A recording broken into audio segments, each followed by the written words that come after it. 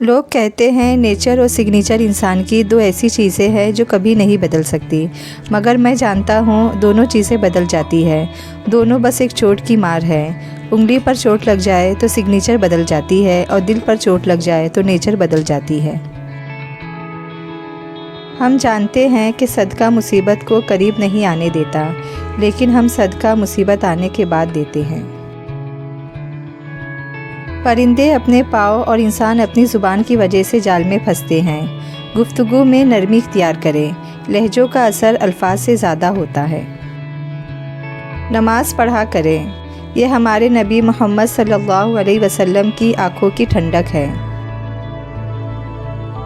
میں ہر لاڈ اٹھاؤں گا اپنی پری کا، میں لوگوں کو بتاؤں گا بیٹیاں بوجھ نہیں ہوتی۔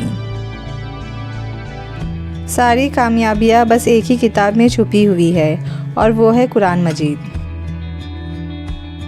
جنہیں احساس نہیں ہونا انہیں کبھی نہیں ہونا، چاہے آپ 7 سمندر پار چلے جائیں یا زمین میں دفن ہو جائے، ان کے لیے آپ کا وجود ایسے ہی بے معنی ہے جیسے ایک نابینے کے لیے قوس قزح کے رنگ۔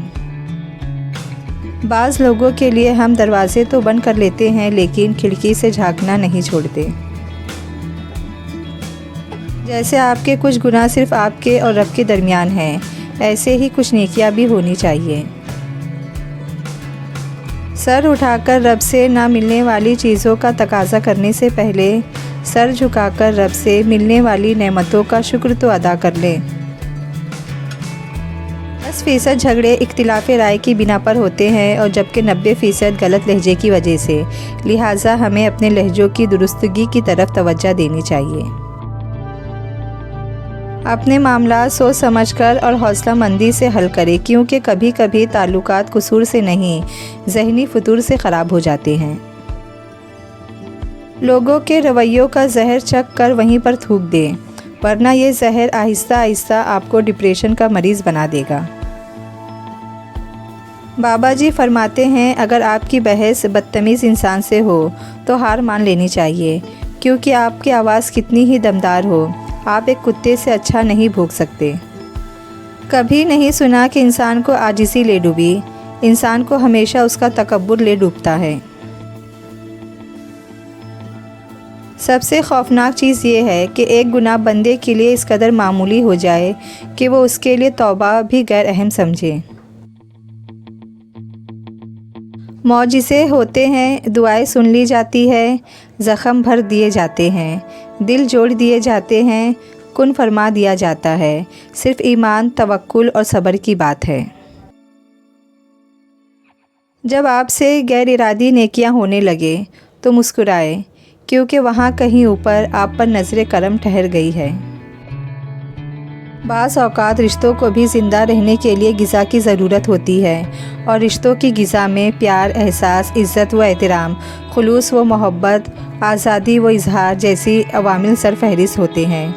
آپ صرف احساس اور خیال کرنے والے احباب ڈھونڈیے، استعمال کرنے والے آپ کو خود ہی ڈھونڈ لیں گے۔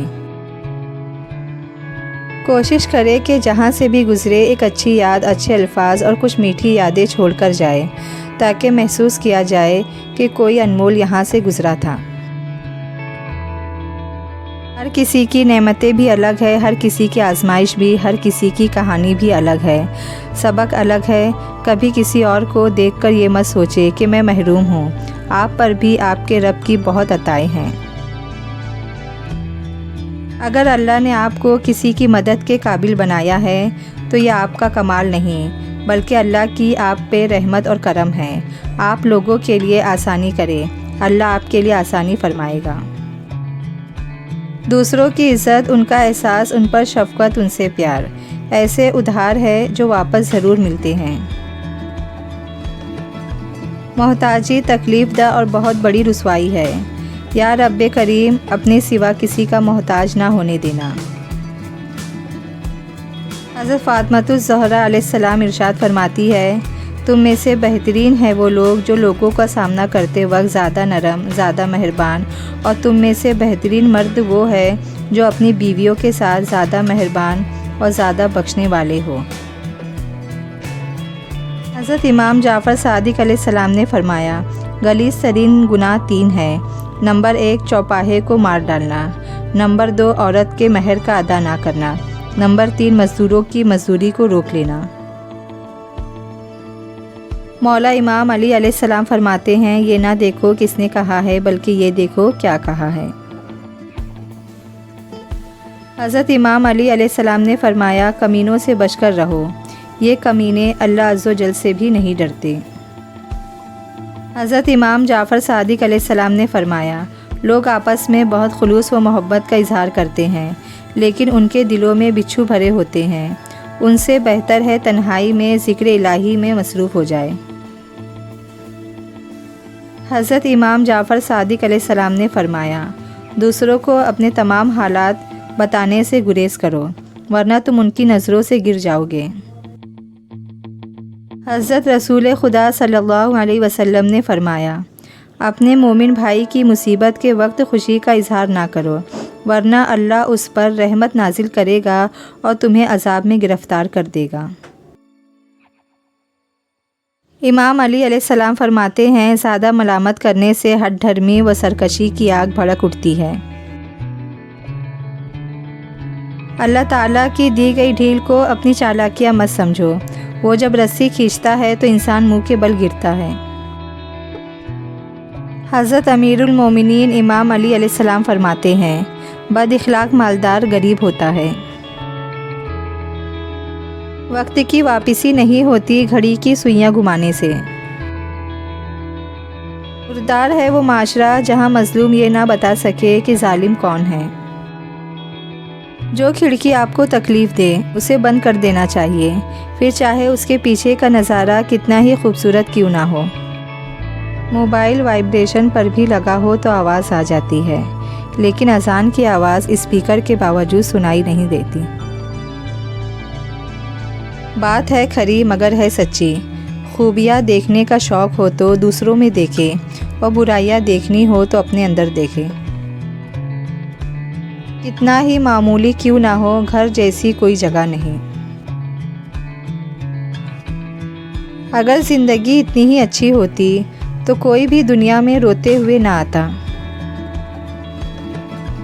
آپ کے رویے میں اگر آپ کی تعلیم نظر نہ آئے تو پھر یہ سمجھیے کہ آپ کی تعلیمی سند محض کاغذ کا ایک ٹکڑا ہے۔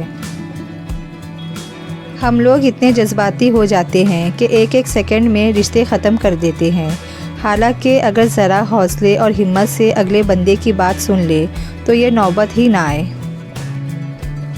بھی گناہ کی طرف مائل ہونے لگو تو 3 باتیں لازمی یاد رکھنا، اللہ دیکھ رہا ہے، فرشتے لکھ رہے ہیں، موت ہر حال میں آنی ہے۔ ایک صحابی نے رسول اللہ صلی اللہ علیہ وسلم سے پوچھا، ہمیں کیسے پتہ چلے گا کہ ہماری نماز قبول ہو گئی ہے؟ آپ صلی اللہ علیہ وسلم نے فرمایا، جب تمہارا اگلی نماز پڑھنے کو دل کرے۔ فجر پڑھنا ان کو نصیب ہوتی ہے جن کو اللہ سے سچی محبت ہو۔ امام علی نقی علیہ السلام نے فرمایا، دوسروں کا مذاق اڑانا بے وقوفوں کا شیوا اور جاہلوں کا پیشہ ہے۔ بہت مضبوط ہوں میں، یہ صرف دنیا جانتی ہے، بہت کمزور ہوں میں، یہ صرف میرا اللہ جانتا ہے۔ چھوٹی سی زندگی ہے، ہر بات میں خوش رہو، کل کس نے دیکھا ہے، اپنے آج میں خوش رہو۔ پانی اور نماز ایک جیسے ہیں، پانی محتاج نہیں پینے والوں کا اور نماز نہیں محتاج پڑھنے والوں کی، دونوں کے لیے پیاس ضروری ہے۔